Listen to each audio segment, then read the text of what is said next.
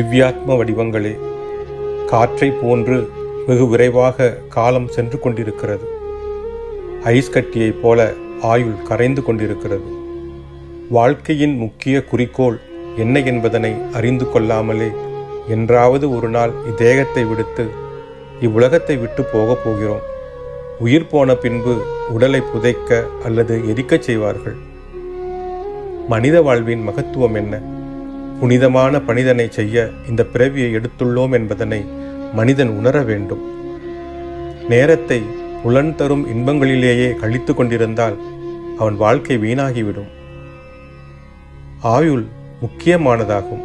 ஆகவே நேரத்தை நன்முறையில் பயன்படுத்தி கொள்ள வேண்டும். மனிதன் தனது தேகபலத்தின் மீதும் மனபலத்தின் மீதும் முழு நம்பிக்கை கொண்டிருக்கிறான். தெய்வ பலத்தின் மீது நம்பிக்கை கொள்வதற்கு அவன் சிறிதும் முயற்சிப்பதில்லை.